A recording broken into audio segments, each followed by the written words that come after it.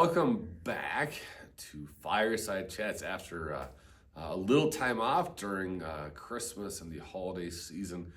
We're back with a new short little video this week in a new year. And so hopefully you had a wonderful Christmas. Hopefully you had a wonderful new year. Hopefully your 2025 is off to a great start.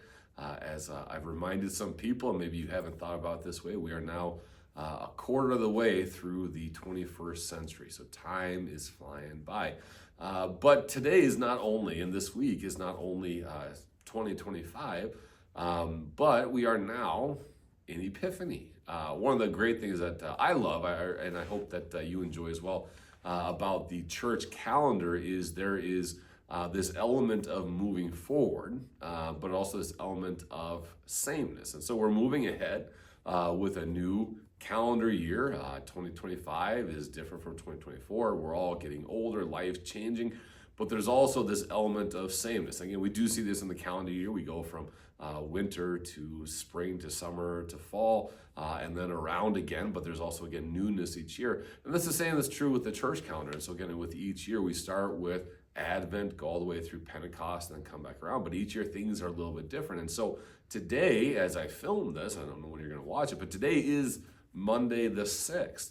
And today, on the 6th, if you are aware, is Epiphany. It is the festival, the celebration of Epiphany, the day that we celebrate the Magi coming to visit the Christ child. And the word Epiphany means to manifest, to reveal, to make known.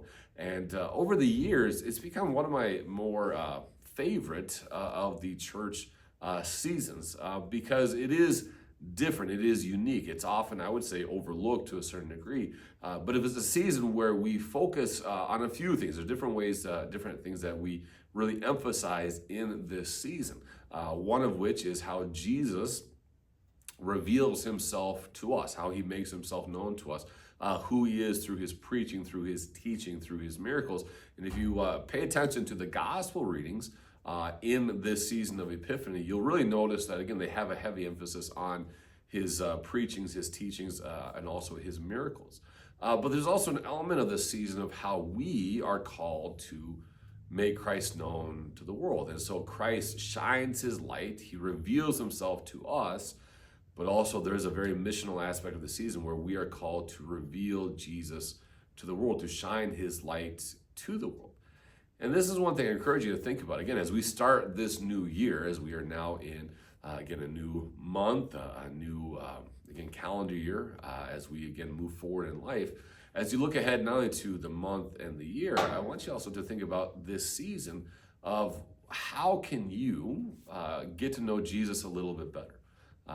What are some ways that you can, again, grow in your knowledge of the world, but also, of the word, but also how can you make Christ known to the world? How can you make Christ known to the people around you? And this is something I encourage you to do is, again, not only think about, all right, how can I grow in my knowledge of the word, but also who in my life does not know the Lord, or who in my life has maybe wandered from the word of God.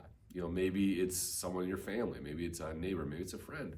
But who is it that's currently living in darkness that needs to see the great light, that light of Christ? And again, that's a huge emphasis for this season, for us to reflect on who Jesus is to us, but also reflect on how we can make him known to the people around us. And so as the days move forward, again, if you live in Minnesota, and I assume other parts of the world, the days are starting to get longer, whether you believe it or not. But as we start to have a little more daylight in our lives, again, it's a great time to remember how we have the light of Christ in our lives and how we're called to shine that to those around us. So again, God bless you this week. Focus on that theme of Epiphany. Focus on Christ. Focus on missions. Meditate on what that means for you in your life. And we'll talk to you again next week as we continue our look at this season of Epiphany. So God bless. Have a great week. We'll talk to you soon.